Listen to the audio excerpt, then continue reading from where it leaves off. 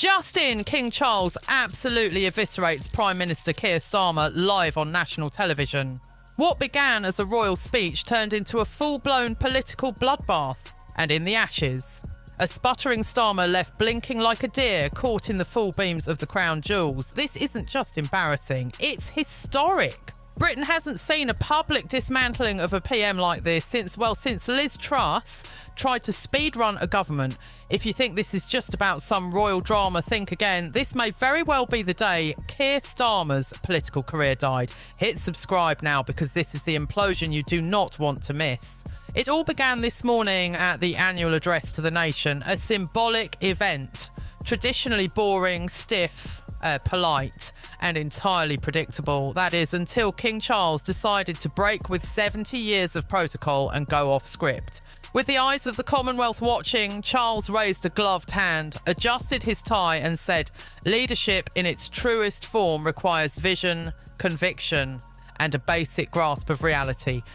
Everyone froze. Was that shade towards Starmer? The camera cut to the PM, wide-eyed, lips twitching, fumbling with his water glass like a man who'd just been told the Wi-Fi was down and the pub had stopped serving. But Charles wasn't finished. When governance becomes little more than committee dithering disguised as leadership, the nation suffers. Boom, Buckingham Palace just dropped the mic and Keir Starmer. He looked like a man about to be sued by his own haircut. Then came the climax, the moment political historians will write about for decades. A BBC reporter, clearly sensing blood in the air, asked Charles directly, "Your Majesty, are you referring to the current government?"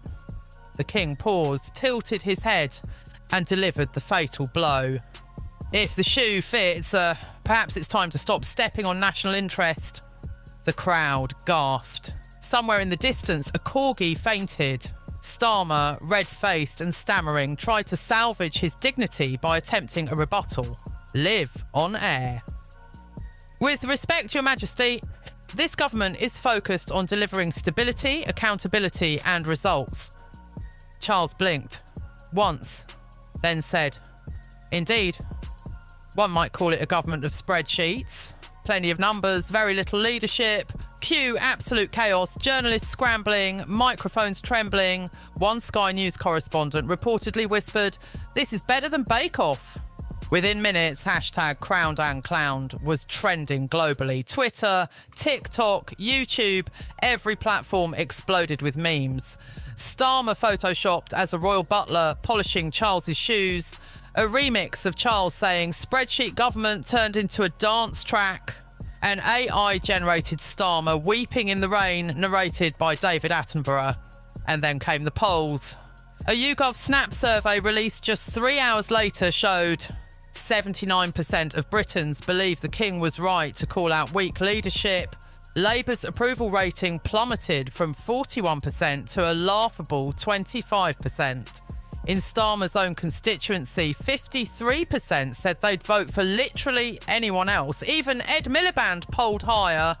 Education Miliband, the man whose most famous political moment involved a bacon sandwich.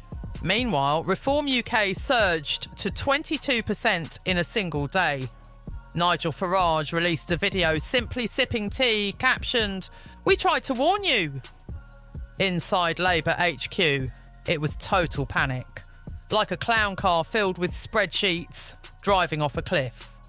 Rachel Reeves cancelled her morning media round. Angela Rayner locked herself in a conference room, reportedly screaming into a cushion.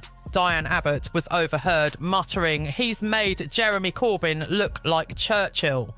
A new WhatsApp group, bluntly named Exit Strategy, popped up overnight with dozens of MPs considering a no-confidence letter. One anonymous backbencher told The Guardian. Keir thought he was playing 4D chess. Turns out he was using a Monopoly board. Transport Secretary Louise Hay tried to defend him on Newsnight.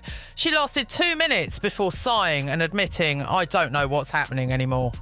Meanwhile, Charles returned to Buckingham Palace, posed for a photo with the Union Jack and reportedly told aides that was refreshing. In the days that followed, Charles said nothing, no clarification, no walk back, just royal silence.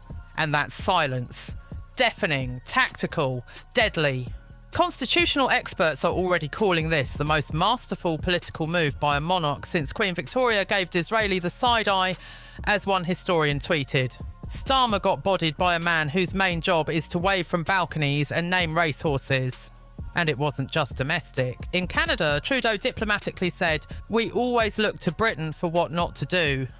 In Australia, an MP proposed renaming the House of Commons to the House of Clowns. Even the Americans got in on it. CNN ran a headline, "UK Prime Minister allegedly roasted by royal."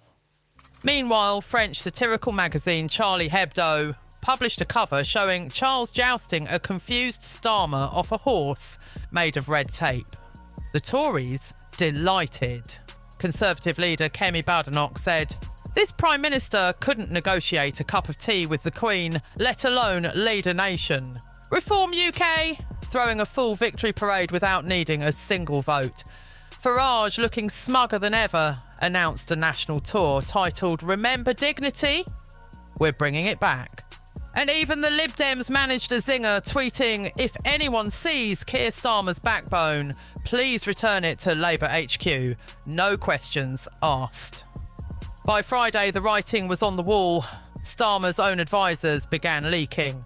One aide was quoted anonymously saying he prepares for PMQS like he's assembling IKEA furniture.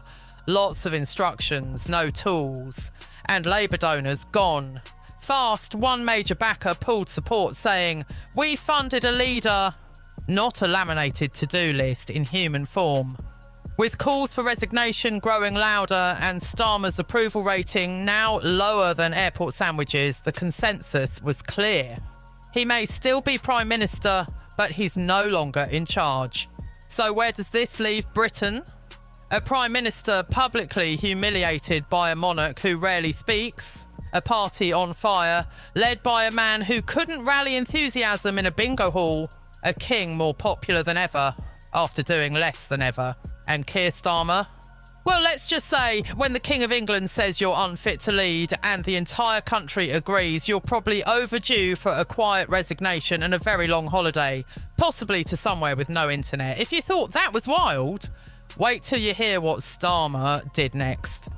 We'll be covering the full Labour meltdown, upcoming leadership challenges and the shocking messages leaking from inside Parliament. So hit that subscribe button, slap a like on this video and comment below.